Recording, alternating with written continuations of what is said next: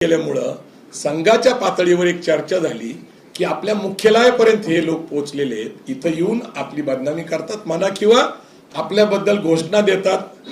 अशा परिस्थितीमध्ये नैसर्गिक आहे की या संघटनेचा बंदोबस्त केला पाहिजे। जसं तुम्हाला माहिती आहे की सगळ्याकडे कुठेही गेला तरी सगळ्यांची स्वतःची एक गुप्तहेर सारखी यंत्रणा असतात। काही लोक आमच्यावर व्यक्तिगत पातळीवर प्रेम करतात, मग कुणी समाज म्हणून करतो, विचार म्हणून करतं किंवा जात म्हणून करतो।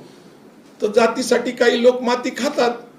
त्यांनी मला कळवलं गेल्या महिन्यामध्ये जी मीटिंग झाली त्याच्यामध्ये संभाजी ब्रिगेड, भामसेठ संघटना, भारत मुक्ती मोर्चा, मराठा सेवा संघ, वंचित बहुजन आघाडी यांच्याबद्दल चर्चा झाली आणि बंदोबस्त करायचा। आता ही चर्चा झाली, ही खरं मानायचं तर हे अक्कलकोटचं प्रकरण आहे जिथं संघाचं प्राबल्य आहे।